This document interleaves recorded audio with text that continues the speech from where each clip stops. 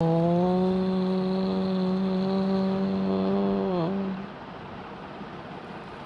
शांति। आज है 27 जून 2026 के बाप दादा के महावाक्य। बाबा कहते मीठे बच्चे, हाँ जी बाबा, याद से आत्मा का किचड़ा निकालते जाओ। आत्मा जब बिल्कुल पावन बने तब घर चल सके। तो याद से जितना परमात्मा को याद करते हैं, परमात्मा के सानिध्य में रहते हैं, तो उतना आत्मा का किचड़ा निकलता जाता है। आत्मा जब बिल्कुल पावन बने तब घर चल सके। प्रश्न किया है, इस अंतिम जन्म में बाप के किस डायरेक्शन को पालन करने में ही बच्चों का कल्याण है। तो इस अंतिम जन्म में बाप के किस डायरेक्शन का पालन करने में ही बच्चों का कल्याण है। तो बाबा हमें इस अंतिम जन्म में यानी 84वें जन्म में डायरेक्शन देते हैं। हाँ, तो बाबा पूछ रहे हैं कि किस डायरेक्शन, कौन सी डायरेक्शन है ऐसी जिसके पालन करने से तुम बच्चों का कल्याण है। उत्तर दिया है, बाबा कहते मीठे बच्चे, इस अंतिम जन्म में बाप से पूरा वर्षा ले लो।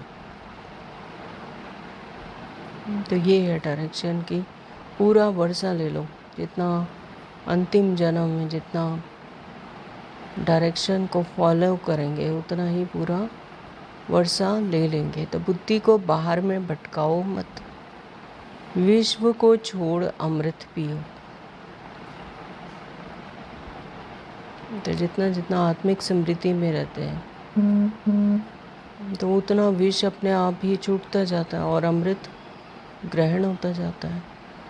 तो बुद्धि को बाहर में मत भटकाओ, यानी देह भान में, देह की दुनिया में मत भटकाओ, विष को छोड़ अमृत पियो। इस अंतिम जन्म में ही तुम्हें 63 जन्मों की आदत मिटानी है। तो यही एक जन्म है जो द्वापर युग से जो विषय विकारों में फंसे हुए हैं, तेरा मेरा में फंसे हुए हैं, 63 जन्मों की जो आदत है वो इसी एक जन्म में मिटानी है। इसलिए रात दिन मेहनत कर देही अभिमानी बनो। तो रात दिन मेहनत करके परमात्मा को याद करके देही अभिमानी यानी आत्मिक स्मृति में रहना, देही अभिमानी बनना है। ओम शांति। ओम शांति बाबा। शांति धाम विश्रामपुरी है। इस दुनिया से सब थके हुए हैं, चाहते हैं कि हम अपने सुखधाम में जाएं। यह दुनिया अच्छी नहीं लगती। स्वर्ग को देखते हैं तो नरक से दिल कैसे लगे। कहते हैं बाबा जल्दी करो, इस दुख धाम से ले चलो। तो बाप भी समझाते हैं यह तो चीची दुनिया है, इनका नाम ही है डेविल वर्ल्ड, नर्क। तो यह कोई अच्छा अक्षर है क्या? कहाँ डियर्टी वर्ल्ड और कहाँ डेविल वर्ल्ड। तो इस डेविल वर्ल्ड में सब तंग हो गए हैं, परंतु वापस कोई जा नहीं सकते। तमो प्रधानता की खाद पड़ी हुई है, तो वह खाद आत्मा से निकले उसके लिए पुरुषार्थ कर रहे हैं। तो इस डेविल वर्ल्ड से, ये क्या है, डेविल वर्ल्ड है, तमो प्रधान दुनिया, तो इससे सब तंग हो गए। तो पापा कहते ये अक्षर कितना अच्छा, यह अच्छा अक्षर है क्या कि कहाँ डियर्टी वर्ल्ड और कहाँ डेविल वर्ल्ड। तो डियर्टी वर्ल्ड में जाना है और डेविल वर्ल्ड से सब तंग आ गए हैं, परंतु वापस कोई जा नहीं सकते जब तक पवित्र नहीं बनते, जब तक परमात्मा की याद से अपने विकर्मों को भस्म नहीं करते, जब तक तेरा मेरा में फंसे हुए हैं ना। तो कोई वापस नहीं जा सकते हैं। तो तमो प्रधानता की खाद पड़ी हुई है, तो वह खाद आत्मा से निकले, उसके लिए पुरुषार्थ कर रहे हैं। जो अच्छे पुरुषार्थी हैं उनकी आत्मा, उनकी अवस्था पिछाड़ी में अच्छी हो जाएगी ना, तो वो भी लास्ट में होगी। क्योंकि अभी जो बच्चे पुरुषार्थ कर रहे हैं तो कभी माया के जंगल में फंस जाते हैं, माया घेर लेती है, तो फिर नीचे गिर जाते हैं। तो इसलिए बाबा कहते हैं जो पुरुषार्थी हैं तो वो भी लास्ट में, यानी उनकी अवस्था पिछाड़ी में अच्छी हो जाएगी, यानी बहुकाल का जो अभ्यास है, तो यह पुरानी दुनिया खलास हो जाएगी। अब तो बाकी थोड़े रोज हैं, जब तक बाप आकर वापस ना ले जाए तब तक कोई वापस जा नहीं सकते। दुनिया में दुख है ना, घर में भी कोई ना कोई दुख रहता है। तुम बच्चों के दिल में है बाबा, अब हमें दुखों से छुड़ाने आए हैं। जो अच्छे निश्चय बुद्धि हैं वह बाप की याद को कभी भूलते नहीं। तो जिनका निश्चय पक्का है, निश्चय पूरा है परमात्मा पर, तो वो फिर बाप की याद को कभी भूलते नहीं हैं। उनको कहा ही जाता है कि सबका दुख हरता। बच्चे ही पहचानते हैं। अगर सब पहचान ले तो फिर इतने सब मनुष्य कहाँ कर बैठे। यह हो ना सके, इसलिए ड्रामा में युक्ति भी ऐसी रची हुई है। तो बच्चे ही पहचानते हैं सबको। उनको कहा ही जाता है सर्व का दुख हरता। किसको? परमात्मा को। अगर सब पहचान ले तो फिर इतने सब मनुष्य कहाँ कर बैठे।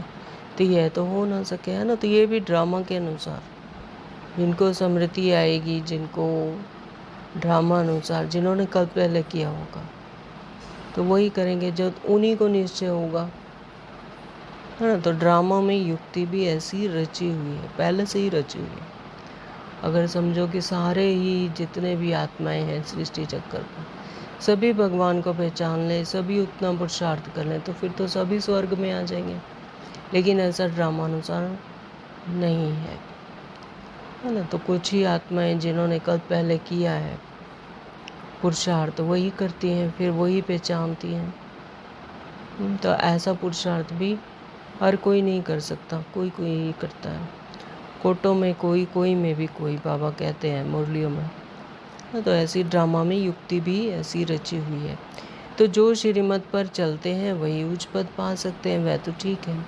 सजाएं खाकर भी शांति धाम और पावन दुनिया में जाएंगे, परंतु उच्च पद पाने के लिए तो पुरुषार्थ करना पड़े ना। तो मेन बात है कि अपनी कॉन्शियसनेस को, अपने लक्ष्य को पाने के लिए ऐसा पुरुषार्थ करना पड़े। बिना पुरुषार्थ के तो नहीं पा सकते। बाबा कहते हैं मासी का घर थोड़ा ही है, पुरुषार्थ तो करना पड़े। ऊंच पद पाने के लिए तो पुरुषार्थ करना पड़े। दूसरा, पावन बनने बगैर पावन दुनिया में कोई जा ना सके। यह जो कहते हैं फलाना ज्योति ज्योत समाया वापस गया, यह हो नहीं सकता। तो कोई शरीर छोड़कर जाता है, कहते हैं ज्योति ज्योत समा गए, हम परमात्मा में ही विलीन हो गए, इस तरह से बातें करते हैं। लेकिन जो जिसे वो कहते हैं वो ब्रह्म तत्व है, वहाँ पर आत्माओं के रहने का स्थान है। तो ऐसा कोई विलीन नहीं हो सकता। आत्मा की अलग आइडेंटिटी है और परमात्मा की अलग है। परमात्मा तो जीवन मरण में नहीं आते, रोल में नहीं आते, बॉडी कॉन्शियसनेस में नहीं आते, 5 तत्वों का शरीर धारण नहीं करते, जन्म मरण में नहीं आते, पुनर्जन्म नहीं लेते, गर्भ से जन्म नहीं लेते, आत्मा ही लेती है। तो आत्मा का हिसाब किताब बनता, बॉडी कॉन्शियसनेस में आती हैं, चारों युगों में आती हैं, मतलब जैसा जैसा जिसका पार्ट है उस युग में आती हैं, यानी जन्म मरण में आती हैं। पुनर्जन्म होता है, फिर गर्भ में जन्म में लेती हैं। तो ऐसे ज्योति ज्योत कोई समा नहीं सकता, वापस गया यह हो नहीं सकता।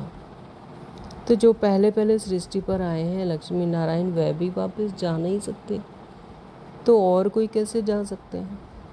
तो जिन्होंने इतना पुरुषार्थ किया कि पूरे विश्व के मालिक बने, लक्ष्मी नारायण बने, जिनकी अभी तक पूरे कल्प पूजा होती है, जिनको पूज्य हैं जो, तो वो नहीं जा सकते तो बाकी कैसे जा सकते हैं? इनके भी अब 84 जन्म पूरे हुए हैं। किनके? लक्ष्मी नारायण के। तो अब जाने के लिए तपस्या कर रहे हैं, सब पुकारते भी हैं, पुकारते ही हैं एक बाप को, ओ गॉड फादर, ओ लिबरेटर, ओ गॉड फादर, है दुख हरता सुख करता। तो परमात्मा पिता ही है, दुखों को हार लेते हैं, हमें हमारी समझ देते हैं सत्य स्वरूप की, कि तुम आत्मा हो, तुम बॉडी नहीं हो, शरीर नहीं हो, देह नहीं हो, जिसमें फंस कर तुम देह को ही अपना मान लिया। तो देह भान आने से ही दुख होते हैं, दुख हरता सुख करता है। कृष्ण आदि और किसी को थोड़े ही पुकारते हैं, क्रिश्चियन हो मुसलमान हो, सब ओ गॉड फादर कह बुलाते हैं, परमात्मा को पुकारते हैं। वह चाहे किसी भी रूप में पुकार रहे हैं, लेकिन अल्टीमेटली तो किसको पुकारते हैं? परमात्मा को। आत्मा बुलाती है अपने फादर को। फादर कहते तब हैं जब समझते हैं कि हम आत्मा हैं। आत्मा भी कोई चीज़ है ना, आत्मा कोई बड़ी चीज़ नहीं है, वह तो एक स्टार है और अति सूक्ष्म है। जैसे बाबा है वैसे ही आत्मा का स्वरूप है। अब तुम बाप की महिमा करते हो, वह सत्य चित है, ज्ञान का सागर, आनंद का सागर है। तुम्हारी आत्मा भी उनके समान बनती है। तुम्हारी बुद्धि में अब सारे सृष्टि के आदि मध्य अंत का ज्ञान आ गया है। तो तुम्हारी बुद्धि में अब परमात्मा जो ज्ञान देते हैं, तो उससे सारी सृष्टि के आदि मध्य अंत का ज्ञान आ गया है। ज्ञान चक्षु खुल गए हैं, वो तीसरा नेत्र मिल गया, जिससे तीनों लोगों के ज्ञाता हो गए। स्थूल वतन, सूक्ष्म वतन, फिर परम धाम। और कोई मनुष्य मात्र में यह ज्ञान नहीं है। सारा भारत, सारी विलायत ढूंढ लो,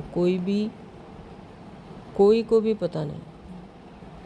तो सृष्टि पर जितने भी आत्माएं हैं, तो बाबा कहते चाहे भारत है, चाहे सारी विलायत ढूंढ लो, किसी को भी ऐसा पता नहीं है कि मनुष्य मात्र को यह ज्ञान है ही नहीं। अपने आप को भूल गए, अपने मूल गुणों को भूल गए, तो उन्हें आदि मध्य अंत का ज्ञान कैसे हो सकता है? आदि मध्य अंत का ज्ञान तभी हो सकता है जब अपने आप को जाना कि मैं तो आत्मा हूँ, मैं इस तरह से पूरे सृष्टि चक्कर पर इस तरह से रोल प्ले करती हूँ। तो 4 युग हैं, तो इस तरह से मैं सृष्टि पर उतरती हूँ अपने परम धाम से, अपने सत्य घर से। तो जब परमात्मा पिता हमें आकर ज्ञान देते हैं तब हम जानते हैं। तो आत्मा 84 जन्मों का पार्ट बजाती है। 84 लाख तो इम्पॉसिबल है। हाँ, तो शास्त्रों में लिख दिया है 84 लाख योनियों में जाते हैं इस तरह से, लेकिन आत्मा मनुष्य रूप में ही आती है, 84 जन्म का पार्ट बजाती है। 84 लाख जन्मों का तो कोई वर्णन ही ना कर सके। 84 लाख हो तो किसी को याद कैसे आए 84 लाख जन्म? यहाँ तो परमात्मा हमें एक एक स्मृति दिलाते हैं, जागृति दिलाते हैं। तो 84 लाख हो तो बाबा कहते हैं इम्पॉसिबल है। बाप कहते हैं तुम अपने जन्मों को नहीं जानते हो, हम सुनाते हैं। तो जो साक्षी होकर देखा, यानी कोई किसी भी चीज़ में, किसी सिचुएशन में इन्वॉल्व है तो उसे नहीं पता है ना, तो पूरा वो नहीं जान सकता। लेकिन जो उसे साक्षी होकर दूर से देख रहा है तो उसको पता है इसने ये किया, इसने ये किया, इसने ऐसा किया, है ना। तो सेम ऐसा ही है कि हम जब इस सृष्टि चक्कर पर आते हैं, पुनर्जन्म लेते लेते भूल जाते हैं, अपने आप को ही भूल जाते हैं, अपने मूल गुणों को भूल जाते हैं, कि हम तो आत्मा हैं, हम यहाँ पर रोल प्ले करने आए, यही भूल जाते हैं। देह भान में आ जाते हैं, मैं राम हूँ श्याम हूँ। फिर उसका हिसाब किताब तेरा मेरा जो लगा कर बनता है, फिर पुनर्जन्म लेते रहते हैं, हिसाब किताब चुप करते रहते हैं।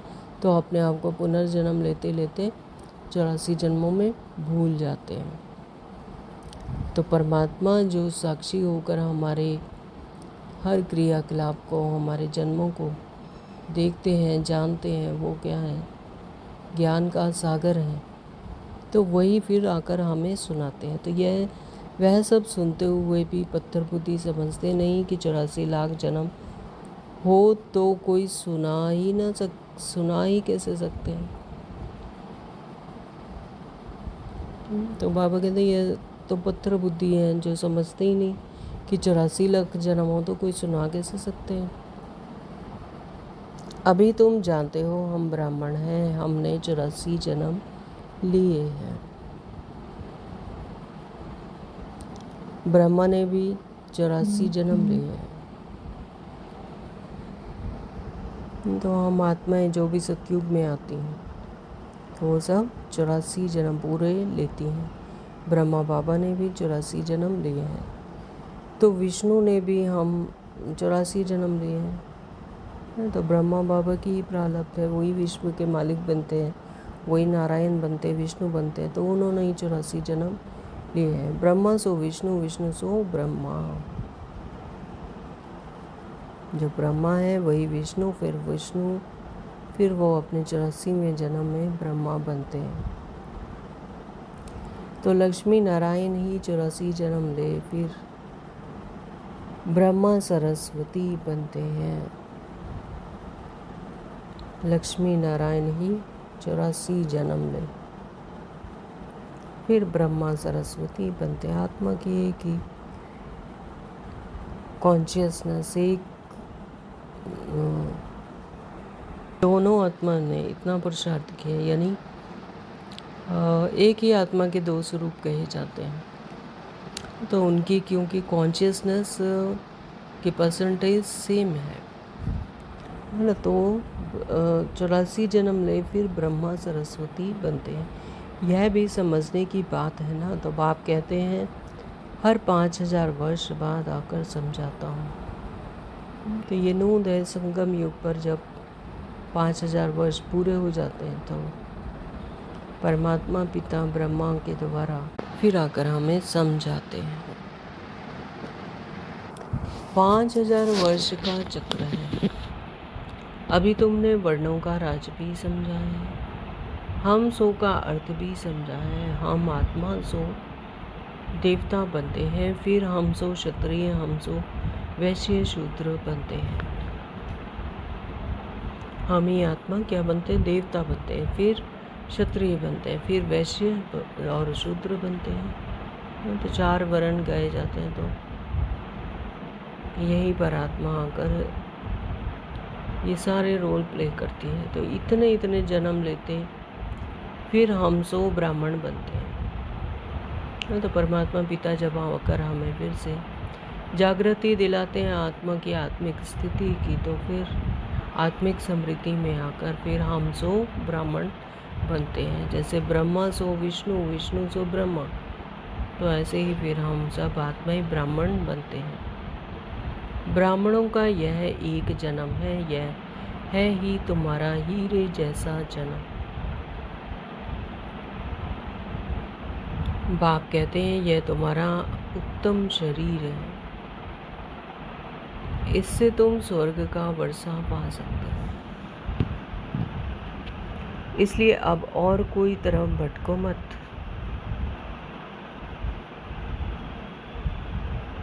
तो बाबा बताते हैं हमारे कि यह तुम्हारा उत्तम शरीर है, इससे तुम स्वर्ग का वर्षा पा सकते हो। इसलिए अब और कोई तरफ भटको मत। ज्ञान अमृत पियो, समझ में भी आता है बरोबर 84 जन्म लेते हैं। तुम पहले सतयुग में सतो प्रधान थे, फिर सतो बने, फिर चांदी की खाद पड़ी, एकदम पूरा हिसाब बताते हैं। अब गवर्नमेंट भी कहती है सोने में खाद अलाएं मिलाओ, 14 कैरेट सोना पहनो। सोने में खाद डालना यह भारतवासी अपशगुन समझते हैं। तो मिक्स चैरिटी है उसमें। तो गवर्नमेंट क्या कहती है, ये ब्रह्मा बाबा बता रहे कि 14 कैरेट सोना पहनो। तो ब्रह्मा बाबा तो वो ज्वेलर्स थे, तो उन्हें हीरों के व्यापारी थे ना। तो वो बता रहे हैं कि 14 कैरेट सोना पहनो, ऐसे गवर्नमेंट कहती है। तो सोने में खाद डालना यह भी भारतवासी अपशगुन समझते हैं। शादी कराते हैं तो एकदम सच्चा सोना पहनते हैं, यानी प्योर। तो सोने पर भी भारतवासियों का बहुत प्यार है। तो भारतवासी में ही सोने से बहुत ज़्यादा प्यार है कि प्योरिटी है। क्यों? भारत की बात मत पूछो, सतयुग में तो सोने के महल थे, सोने की ईंटें थी। जैसे यहाँ ईंटों के डेरी लगी रहती है, वहाँ सोने चांदी की डेरी रहती है, यानी संपन्नता थी हर तरह की। जैसे यहाँ पर पेड़ पौधे हैं, वहाँ वैसे वहाँ पर सोना होता है। सोने की ईंटें, सोने के महल, सोने के पहाड़। तो सोने चांदी की वहाँ पर ढेर रहती है, डेरी रहती है। माया मच्छंदर का खेल दिखाते हैं। उसने सोने की ईंटें देखी, सोचा ले जाता हूँ। तो माया मच्छंदर का खेल दिखाते हैं कि वो स्वर्ग में गया, तो वहाँ पर ईंटें देखी तो सोचा मैं ले जाता हूँ। जब नीचे उतरा तो देखा कुछ भी नहीं है ना। तो ये खेल है। तो जैसी आत्मा की स्थिति है वैसा ही उसको संपन्नता दिखती है। जैसे आत्मा सतो प्रधान है ना, तो दुनिया में भी वो सतो प्रधान में ही जाएंगे वो आत्माएं। और फिर सुख, शांति, आनंद, संपन्नता, हर तरफ सोना ही सोना। तो लेकिन यहाँ पर जैसे लालसा रहती है सोने की, वो हीरे जवाहरातों की, वहाँ पर ऐसी लालसा नहीं है। वहाँ पर है ही क्यों? आत्मा की स्मृति ऐसी है, आत्मा की हाईएस्ट कॉन्शियसनेस है। तो वो सब वहाँ पर वैसे ही उनको अवेलेबल होता है। तो कुछ ना कुछ बात लगती है। बच्चियाँ समझती हैं अभी हम फिर से स्वर्ग में जाते हैं। फिर अगर पति आदि तंग करते हैं तो बेचारी अंदर में रोती हैं, कब हम सुखधाम में जाएंगे बाबा, अब जल्दी करो। बाप कहते हैं बच्चे जल्दी कैसे करूं, पहले तुम योग बल से अपना किचड़ा तो निकालो। तो जो दुखी हैं, जो अंधेरे में, जो दर्द में है, दुख में है, अशांत है, तो वो बाबा को कहते हैं बाबा जल्दी करो। तो बाबा कहते हैं मैं कैसे जल्दी करूँ, तो ये तो सभी आत्माओं का अपना अपना पुरुषार्थ है। तो योग बल से अपना किचड़ा तो निकालो, पावन बनो, है ना। तो ये बाबा तो हमें समझ देते हैं, शिव परमात्मा हमें समझ देते हैं और हमें अपना जो 63 जन्मों से कमाया हुआ है, विक्रम कमाए हुए हैं, तो विक्रमों का जो बोझा हमारे सिर पर है, तो वो याद से ही भस्म होगा। तो योग बल से अपना किचड़ा तो निकालो, बाबा कह रहे हैं। तो योग की यात्रा पर रहो। बाप धीरज देते हैं, पुकारते भी हैं हे पतित पावन, आओ, गाते भी हैं स्वर्ग का सदगति दाता एक। तो ऐसे तो सुनते हैं, बचपन से ही सुनते हैं, सर्व का सदगति दाता एक। तो साईं बाबा ने भी कहा, साईं बाबा की भी बहुत मानता करते हैं, तो वो उन्होंने भी कहा कि सर्व का सदगति दाता एक। सिख धर्म में भी कहा है, एक पिता एक इसके बारक हम। तो पिता एक ही है, परम पिता परमात्मा, उसी के हम सब बच्चे हैं। यहाँ की ही बात है, आकासुर बकासुर, यह सब बातें एक संगम समय की है ना, जो दिखाते हैं और टीवी सीरियल्स में दिखाते हैं। आकासुर बकासुर जैसे जैसे उनको स्मृति है, जैसे शास्त्रों में लिखा, तो उन्होंने दिखा दिया। आकासुर बकासुर ऐसे दिखाते हैं, भयानक भयानक शक्ल दिखाते हैं, डरावना दिखाते हैं। छोटे बच्चे तो डर ही जाते हैं, बड़े तो समझते हैं कि ये प्ले हो रहा है, ये ड्रामा है, लेकिन जो छोटे बच्चे हैं वो उनको देख के डर ही जाते हैं, इतने भयानक शक्लें दिखाते हैं। तो वह सब कहाँ है? इसी समय, संगम समय की ही बातें हैं, आकासुर बकासुर। विकारी हैं जो हैं मनुष्य रूप में, लेकिन विकार इतने भयानक है कि वो अकासुर बकासुर है। तो यह है ही आसुरी दुनिया। तो बाप समझाते हैं, मैं कल्प कल्प संगम पर आता हूँ। अकासुर बकासुर वो दिखा देते हैं वहाँ पर कृष्ण के साथ, या किसी माता की कहानी दिखाते हैं उसमें दिखा देते हैं, लेकिन यहाँ की संगम युग की बातें हैं, यहीं पे है सब कुछ। तो बाप समझाते हैं, मैं कल्प कल्प संगम युग पर आता हूँ जब सारा झाड़ जड़ जड़ी भूत अवस्था को पाता है। सब वहाँ सतयुग और त्रेता में तो कोई अकासुर बकासुर होते नहीं, वहाँ विकार ही नहीं है, तो अकासुर बकासुर कहाँ से होंगे। यहाँ संगम पर ही सामने आते हैं। द्वापर से लेकर कलयुग तक तो समझो पता ही नहीं होता अकासुर बकासुर, हर कोई असुर ही है, क्योंकि अपने आप को ही नहीं जानते। लेकिन संगम पर जब स्मृति आती है तो फिर अकासुर बकासुर भी दिखते हैं। तो जब सारा झाड़ जड़ी भूत अवस्था को पाता है, बाबा कहते तो बाप समझाते मैं कल्प कल्प संगम युग पर आता हूँ और सारा झाड़ जड़ी भूत अवस्था को पाता है, यानी उसमें कोई भी पावर नहीं रहती। तुम जानते हो सतयुग में हर चीज़ सतो प्रधान होती है। यहाँ इतने पंछी जानवर आदि हैं, यह सब इतने वहाँ नहीं होंगे, है ना। तो इनकी भी नोंद है। तो जैसे आत्माओं की नोंद है कि कौन सी आत्माएं जो पुरुषार्थ करती हैं वो वहाँ पर आती हैं, सतयुग में आती हैं, सतो प्रधान दुनिया का सुख भोगती हैं, है ना। तो लेकिन यहाँ वहाँ पर पंछी भी ऐसे, पंछी जानवर भी वहाँ पर सारे नहीं होते। यहाँ पर तो कितनी भरमार है कि कई तरह के जानवर हैं,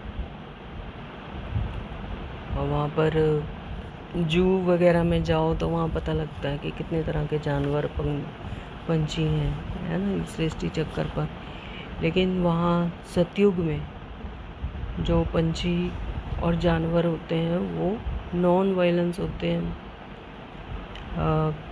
किसी को नुकसान नहीं पहुँचाते हैं,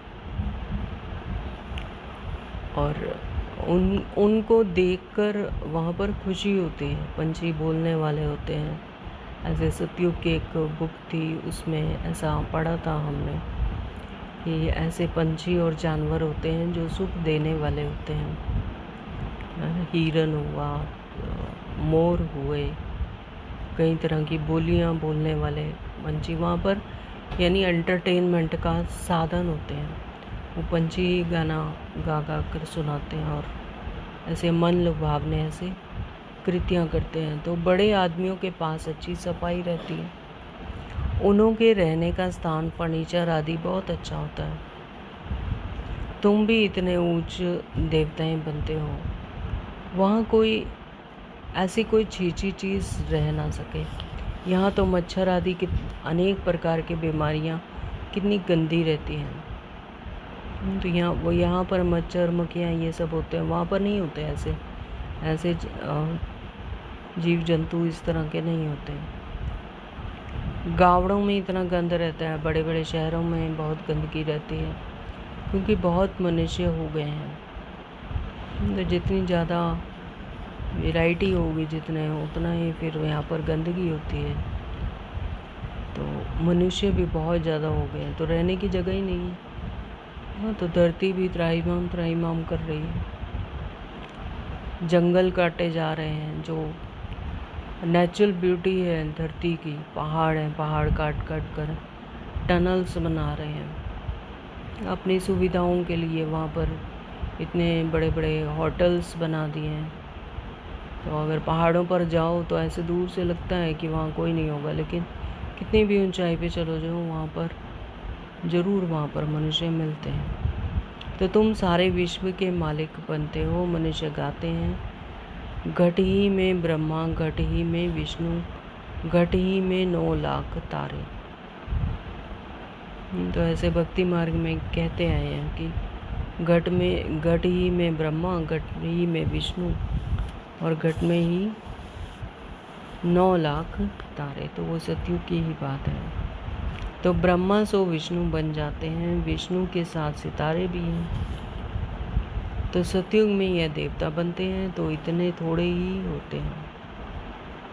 तो झाड़ पहले छोटा होता है, फिर वृद्धि को पाता है। सतयुग में तो बहुत थोड़े होंगे, मीठी नदियों के ऊपर रहते होंगे। तो नदियाँ भी क्या होती हैं, मीठी होती हैं या नहीं, वो उसमें इतनी शक्ति देने वाली होती हैं, पावरफुल होता है पानी उनका, निरोगी करती हैं, तो मीठी नदियाँ होती हैं। यहाँ नदियों से बहुत कैनाल्स निकालते हैं, तो वहाँ कैनाल्स आदि थोड़ी ही होते हैं, मुट्ठी जितने तो मनुष्य होते हैं। तो सतयुग में तो कोई कैनाल्स वगैरह नहीं होते, मनुष्य ही इतने थोड़े से होते हैं, तो ज़रूरत ही नहीं है ऐसा सब करने की। तो इतने के लिए गंगा जमुना ही तो है ही, तो मनुष्य इतने होते हैं, उसके लिए गंगा जमुना, उसका ही पानी जो होता है वही सफिशेंट है, उतना ही पर्याप्त है। तो उन नदियों के ही आसपास रहते हैं। 5 तत्व भी देवताओं के गुलाम बन जाते हैं। तो 5 तत्व धरती, आकाश, जल, वायु, अग्नि, ना, ये 5 तत्व से ही हमारा शरीर बनता है, इसी से ही फिर देवताओं के गुलाम बन जाते हैं बाबा कहते हैं, यानी उनके सहयोगी बनते हैं। तो जैसे आत्माएं चाहती हैं वैसा ही वातावरण होता है, वैसे ही सीज़न होता है, उसी तरह का सदा बहार ही रहती है वहाँ पर, क्योंकि आत्मा सतो प्रधान है और प्रकृति भी सतो प्रधान होते, 5 तत्व सतो प्रधान होते हैं। तो वननेस होती है, जैसा संकल्प किया वैसे ही बन जाता है। तो कभी भी बेकायदे बरसात नहीं पड़ती, तो यहाँ पर तो जब बरसात नहीं चाहिए या फसल के लिए नहीं चाहिए तो इतनी हो जाती है, और कभी सूखा पड़ जाता है। तो प्रकृति भी क्या हो चुकी है, तमो प्रधान बन चुकी है, या तो बाढ़ आ जाएगी या फिर सूखा पड़ जाएगा, तो मतलब दुखदाई है।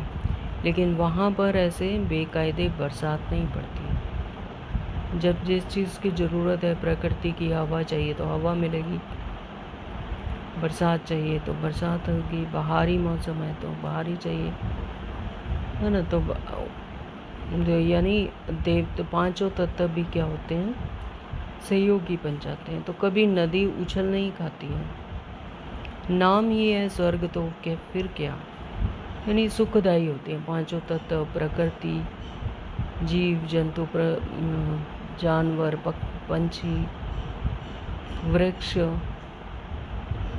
तो हवा, पानी जो भी है, जल, वायु, अग्नि, ये सब सहयोगी होती हैं। जैसी जब उस समय पर ज़रूरत होती है उसी तरह से सामने आती है। तो नाम ही है स्वर्ग, तो फिर क्या। अब कहते हैं स्वर्ग की आयु इतने लाख वर्ष है, तो ऐसे शास्त्रों में लिख दिया है कि इतने लाख वर्ष है। अच्छा भला वहाँ कौन राज्य करते थे, यह तो बताओ, कितने गपोड़े लगाते रहते हैं। तो मनुष्य भान में जैसी समृद्धि आई वैसे उन्होंने लिख दिया, शास्त्र बना डाला। लेकिन यहाँ पर परमात्मा जो कि हमें साक्षी होकर देखते हैं पूरी सृष्टि को, तो ज्ञान का सागर है, तो वो आकर हमें बताते हैं कि सब गपोड़े लगाते रहते हैं, ऐसा कुछ नहीं होता।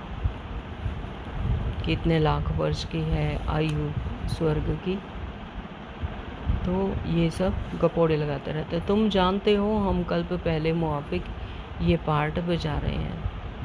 रुद्र ज्ञान यज्ञ में अनेक प्रकारों के असुरों के विघ्न पड़ेंगे। फिर मनुष्य समझते हैं असुर लोग ऊपर से गंध गोबर आदि डालते थे, परंतु नहीं, तुम देखते हो कितने विघ्न पड़ते हैं, अबलाओं पर अत्याचार होते हैं, तब तो पाप का घड़ा भरेगा। तो ऐसे टीवी सीरियल्स में दिखाते हैं कि, और शास्त्रों में लिख दिया है कि जो असुर थे वो विघ्न डालते थे, ऊपर से गंध डालते, गोबर डाल देते हैं, इस तरह से अग्नि फेंक देते हैं। तो लेकिन ये सब यहाँ पर संगम युग की बातें हैं। तो संगम युग पर असुर दिखाई नहीं देते, वो मनुष्य की तरह ही है। तो विघ्न किस तरह से डालते हैं सब जानते हैं। तो बाप कहते हैं थोड़ा सहन करना पड़ेगा, तुम अपने बाप और वर्षे को याद करते रहो। विघ्न तो आएंगे, ये मासी का घर तो है नहीं। विश्व की बादशाही पाना, सतयुगी दुनिया में जाना, अपनी अवस्था को उस हाईएस्ट कॉन्शियसनेस में पहुंचाना। तो मेहनत क्या है? परमात्मा को याद करने की, अपने आप को आत्मा समझ दे और देहभान की दुनिया से, देह की दुनिया संबंधों से उपराम होकर, अंतर्मुखी होकर परमात्मा को याद करना। मार खाने समय भी बुद्धि को याद करो। तो बाबा कह रहे हैं अगर चाहे माया का कोई तूफान आता है, तो तूफान ऐसे ही आते हैं किसी भी संबंध से, किसी परिस्थिति से। तो बाबा कहते हैं मार खाते समय भी बुद्धि में याद रखो शिव बाबा को। तुमको तो बुद्धि में ज्ञान है। किसी को फांसी पर चढ़ाते हैं तो पादरी लोग भी कहते हैं गॉडफादर को याद करो, ऐसे नहीं कहेंगे क्राइस्ट को याद करो। तो अगर किसी को फांसी भी चढ़ाते हैं तो पता है कि अंतिम समय पर परमात्मा को याद करना है, तब भी क्या कहते हैं कि गॉड फादर को याद करो, ऐसे नहीं कहते कि क्राइस्ट को याद करो। तो क्राइस्ट तो देहभान में थे, तो परमात्मा तो गॉड फादर है। तो हमारा इशारा गॉड के लिए करते हैं, वे इतना लवली है, सब उनको पुकारते हैं। तो अपने अपने ढंग से, अपने अपने जैसे जैसे जिस रूप में भी मानते हैं, लेकिन ये स्मृति है कि उस शक्तिवान, उस सर्वशक्तिवान परमात्मा को, जो कि सर्वश्रेष्ठ है, निराकार है, बिंदु स्वरूप है, ज्योति स्वरूप, उसको याद करते हैं। वह है ही इतना लवली कि उन सब उनको पुकारते हैं। आत्मा ही पुकारती है। अब देही अभिमानी बनने में ही मेहनत है। अपने आप को आत्मा समझने में, इस दुनिया से उपराम होने में, देहभान से डिटैच होने में ही मेहनत है। 63 जन्म तुम देह अभिमान में रहे हो, तो अभी इस एक जन्म में वह आधा कल्प की आदत मिटानी है। तो 63 जन्मों से देहभान में रहे, देह की दुनिया में रहे, अपने आप को देह ही मान लिया। तो बाबा कहते हैं अब वह आधा कल्प की आदत अब मिटानी है। तुम जानते हो देही अभिमानी बनने से हम स्वर्ग के मालिक बन जाएंगे। कितनी ऊंच प्राप्ति है। तो रात दिन इसी कोशिश में रहना पड़े।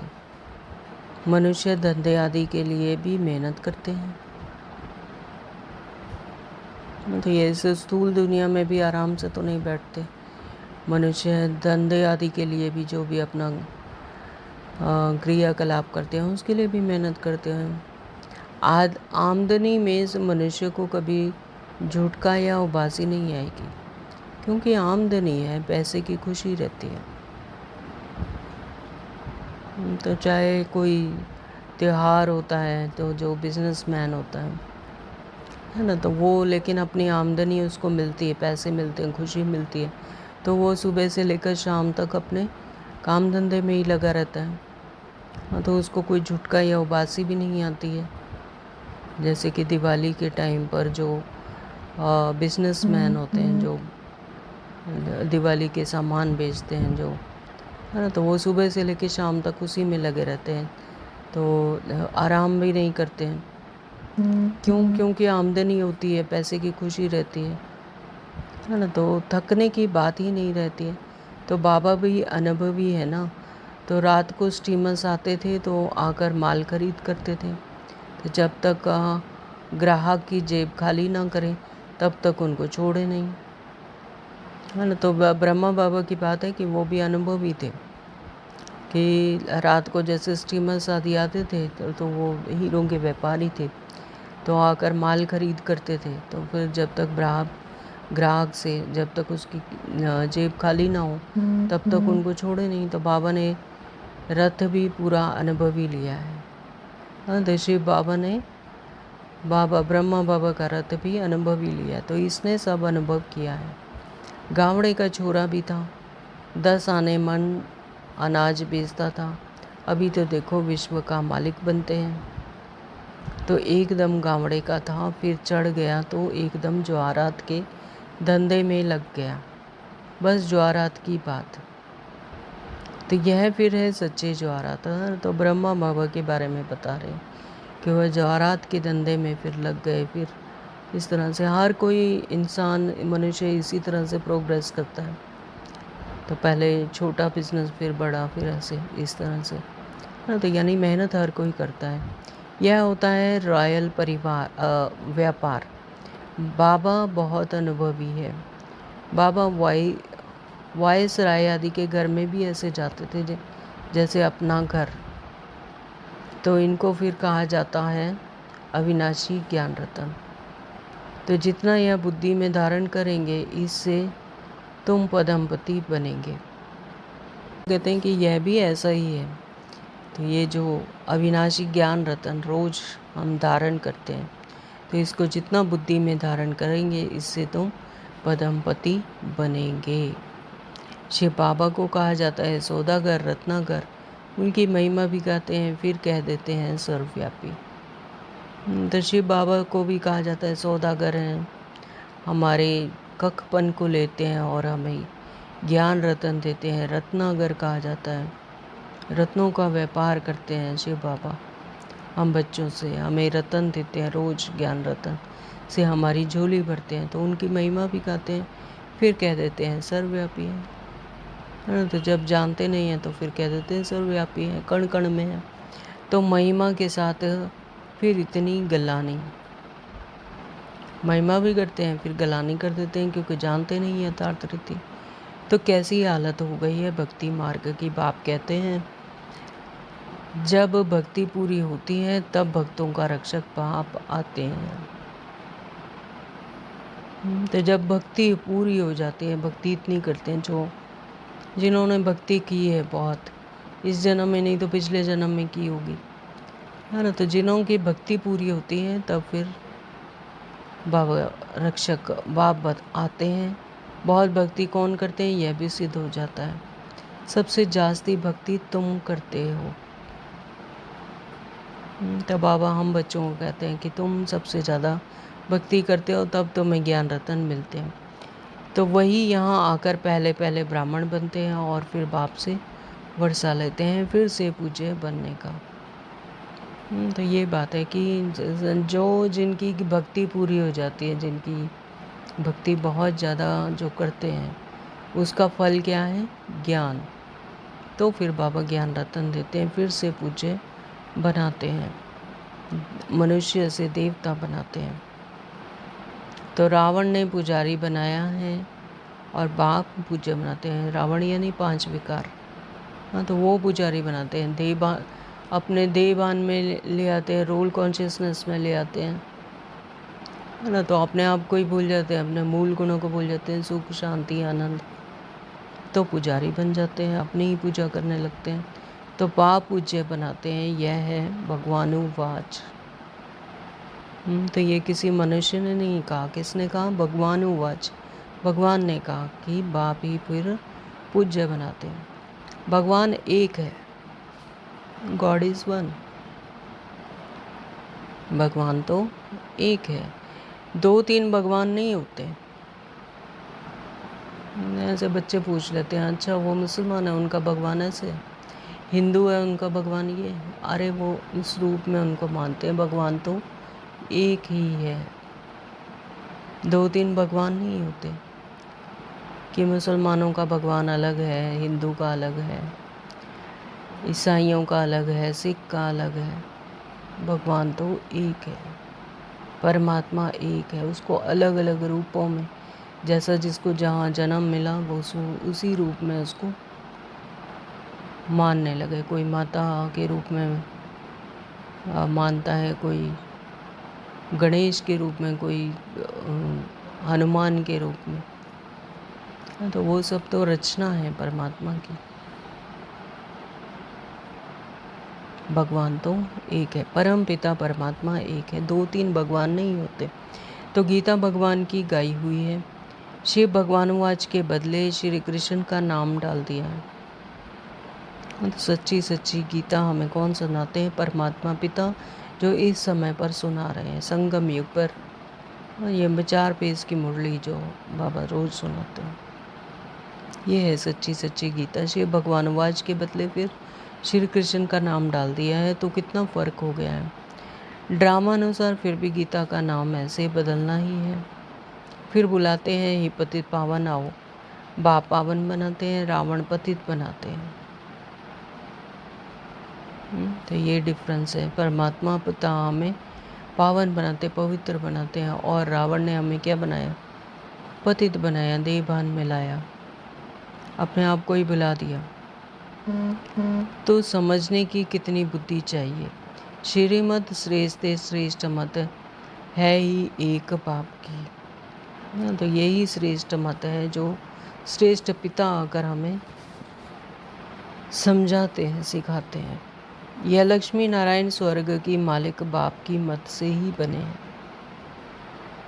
तो परमात्मा ने संगम युग पर उनको ऐसी श्रीमत दी, उसको पुरुषार्थ कर, मेहनत कर, परमात्मा की याद से ही वो स्वर्ग के मालिक बने। कौन? लक्ष्मी नारायण। अच्छा, मीठे मीठे सिक्ल दे बच्चों प्रति माता पिता बाप दादा का याद प्यार और गुड मॉर्निंग। रूहानी बाप की रूहानी बच्चों को नमस्ते।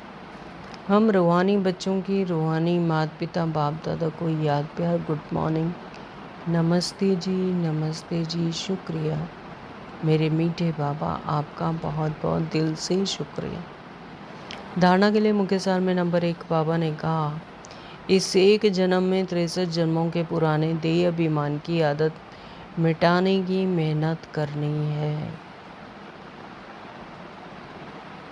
तो इस एक जन्म में, ये कौन सा है? हमारा 84वां जन्म, डायमंड जन्म है ये।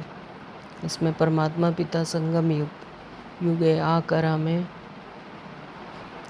मनुष्य से देवता बनाते। तो इस 63 जन्मों के पुराने देह अभिमान की आदत को मिटाने की मेहनत करनी है, यानी अपने सोल कॉन्शियसनेस में आना है। देही अभिमानी बन स्वर्ग का मालिक बनना। जितना जितना सोल कॉन्शियसनेस में आएंगे कि मैं आत्मा हूँ, उतना ही स्वर्ग का मालिक बनते हैं। नंबर 2, बाबा ने कहा इस हीरे तुल्य उत्तम जन्म में इस बुद्धि को भटकाना नहीं है। ये क्या है? हमारा हीरे तुल्य जन्म, उत्तम जन्म। परमात्मा समूह आकर हमें ज्ञान देते हैं। तो इस उत्तम जन्म में इस बुद्धि को भटकाना नहीं है, देह और देह की बातों में नहीं आना। उससे उपराम बिंदी कोई कुछ भी कहे, हमें नहीं सुनना। क्यों? क्योंकि हमें जागृति है, हमें स्मृति है, उस परमात्मा पर पूरा निश्चय है। तो ये ड्रामा क्या है? ड्रीम वर्ल्ड है जो कि ख़त्म होने वाला है। तो इसकी किसी भी बात में से डिटैच होकर बिंदी लगानी है। तो वहाँ इस बुद्धि को भटकाना नहीं है, सतो प्रधान बनना है। अत्याचारों को सहन कर बाप से पूरा वर्षा लेना। तो इतने 63 जन्मों के विक्रम हैं, वह विक्रमों का पूजा है। तो परिस्थितियाँ तो आएंगी, लेकिन उसमें भी बाबा को याद करना है, परमात्मा को याद करना है, फिर पूरा वर्षा लेना है। वरदान दिया है बाबा ने आज। वरदानी हाथ परमात्मा का अपने सर पर अनुभव करेंगे। परमात्मा पिता मुझ आत्मा को ही वरदान दे रहे हैं। साकार बाप समान अपने हर कर्म को यादगार बनाने वाले आधार मूर्त और उद्धार मूर्त भव। साकार बाप समान अपने हर कर्म को, यानी ब्रह्मा बाबा के समान अपने हर कर्म को यादगार बनाने वाले आधार मूर्त और उद्धार मूर्त भव। आधार भी बनाना है और उद्धार भी करना है। तो आधार मूर्त और उद्धार मूर्त भव। जी बाबा।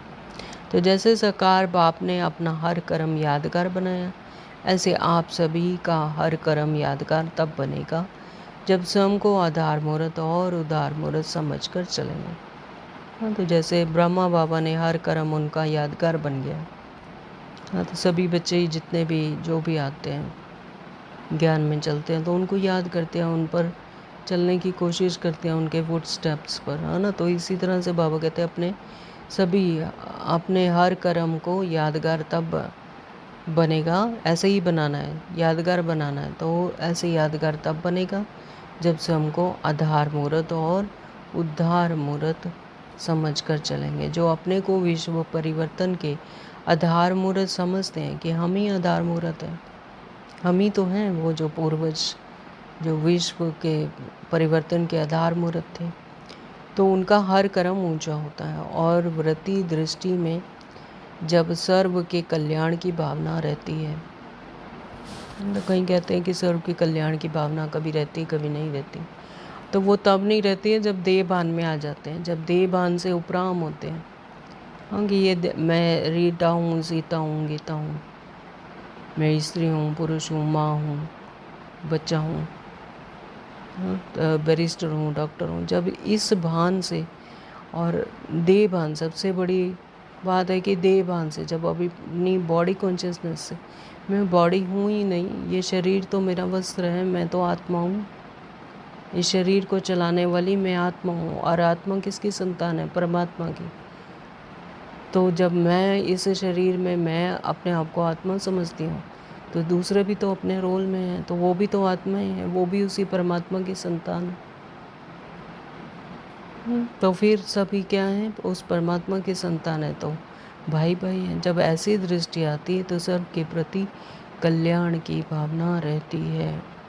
वो जो कुछ भी कर रहा है इस बॉडी के कारण, बॉडी कॉन्शियसनेस की कारण कर रहा है, हाँ, तो उससे अपनी वृत्ति को हटाकर उसके सत्य रूप की तरह, सत्य स्वरूप की तरफ जब दृष्टि जाती है कि ये भी मेरी तरह ही आत्मा है, ये अपने बॉडी कॉन्शियसनेस में ऐसा कर रहा है, लेकिन है तो मेरी तरह ही उस परमात्मा की संतान, उतनी ही स्वच्छ, उतनी ही शुद्ध। तो सबके प्रति कल्याण की भावना रहती है तो हर कर्म श्रेष्ठ हो जाता है। ऐसे श्रेष्ठ कर्म ही यादगार बनते हैं। तो जब ऐसी वृत्ति रहती है, ऐसी मनसा रहती है, ऐसी भावना रहती है हर एक आत्मा के प्रति, ये वे मेरी तरह ही आत्मा है, उस परमात्मा की संतान है, मेरी आत्मा भाई है, तो फिर ऐसे श्रेष्ठ कर्म ही यादगार बन जाते हैं। स्लोगन दिया बाबा ने, सत्यता की शक्ति को धारण करने के लिए सहनशील बनो। सत्यता की शक्ति को धारण करने के लिए सहनशील बनो, तब सत्यता की शक्ति धारण होगी। जितना सहनशील होंगे, आत्मिक भाव में होंगे, तो सत्यता की शक्ति को धारण कर सकेंगे। ओम शांति। आज की ये अव्यक्त इशारे सदा हर्षित रहने के लिए अपनी नेचर को सरल बनाओ, सहनशील बनो। इस सहज योगी जीवन में अगर मुश्किलातों का अनुभव होता है तो सहज राज्य कैसे करेंगे? तो ये क्या है? सहज योगी जीवन, सहज योगी हर समय परमात्मा की याद। परमात्मा हमारे साथ क्या है? कंबाइंड स्वरूप, सिर्फ हमारी ही स्मृति है जो विस्मृति हो जाती है, परमात्मा तो साथ है। तो जब इस सहज योगी जीवन में ही अगर मुश्किलों का अनुभव होता है तो सहज राज्य कैसे करेंगे? हाँ, तो यहाँ से ही तो बन कर जाना है। तो यहाँ संगम युग पर ही सहज योगी अगर मुश्किलों का, परिस्थितियों का सामना करने में मुश्किल अनुभव करते हैं तो फिर सहज राज्य कैसे करेंगे? यहाँ के संस्कार ही वहाँ ले जाएंगे। वहाँ कुछ जाकर बनना नहीं है कि वहाँ पर जाकर कोई हमें दिव्य शक्तियाँ मिल जाएंगी या कुछ, यहीं से बन कर जाना है। तो यहाँ पर ही वो संस्कार, दैवीय संस्कार एक्वायर करके जाना है, प्राप्त करके जाना है। देखो, आपके यादगार जो देवताओं के चित्र बनाते हैं उनकी सूरत में सरलता जरूर दिखाते हैं, तो मंदिरों में जाते हैं, देवी देवताओं के जो चित्र देखते हैं वो हमारे ही तो यादगार है, हमारे ही चित्र हैं। हाँ, तो उनमें क्या दिखाते हैं? सरलता दिखाते हैं, उनका कोई भयानक रूप नहीं दिखाते, ऐसे सरल दिखाते हैं कि अपना मन के हर भेद को वहाँ पर खोल देते हैं मनुष्य, जो किसी को नहीं बता सकते। वहाँ मूर्तियों के आगे जाकर रोते हैं, बताते हैं ऐसा हुआ, ये हुआ, वो हुआ। क्यों? क्योंकि उनके जो मुख है उसमें जो शक्ति है वो अनुभव होती है, तो वो हमारे ही तो यादगार है। तो जो जितना सहज पुरुषार्थी होगा वह मनसा में भी सरल, वाचा में भी सरल और कर्म में भी सरल होगा। जो पुरुषार्थ करना है तो कोई सहज पुरुषार्थ, चलते फिरते कोई भी कर्म करते हुए सहज पुरुषार्थ, जो बाबा कहते हैं सहज पुरुषार्थी होगा वह मनसा में भी सरल होगा। पुरुषार्थी है यार, सहज यानी हर दम का, हर पल का। तो उसकी मनसा भी सरल होगी, वाचा में भी सरलता होगी और कर्म में भी सरल होगा। तो उसको ये फरिश्ता कहते हैं, यानी इस देह और देह के फर्श से उपराम उसे फरिश्ता कहते हैं। तो परमात्मा के सानिध्य में उसको याद है परमात्मा की हमेशा ही, तो वह है सहज योगी। तो आज सारा दिन यही चेकिंग करेंगे, अपने आप की अटेंशन देंगे कि हम कितना सहज योगी हैं, कितना सरल चित्त हैं, हमारी मनसा वाचा कर्मणा कितनी सरल है। तो क्या हम फरिश्ता समान हैं, सभी रिश्तों से फ्री, देह और देह की दुनिया से उपराम, डिटैच, उस परमात्मा की याद में मन बुद्धि उस परमात्मा की तरफ लगी रहे। ओम शांति। इसका स्लोगन रखेंगे, मैं परम पवित्र आत्मा हूँ, न्यारी परम पवित्र आत्मा हूँ, मैं इस देह से न्यारी परम पवित्र आत्मा हूँ। Om Shanti. Thank you Baba.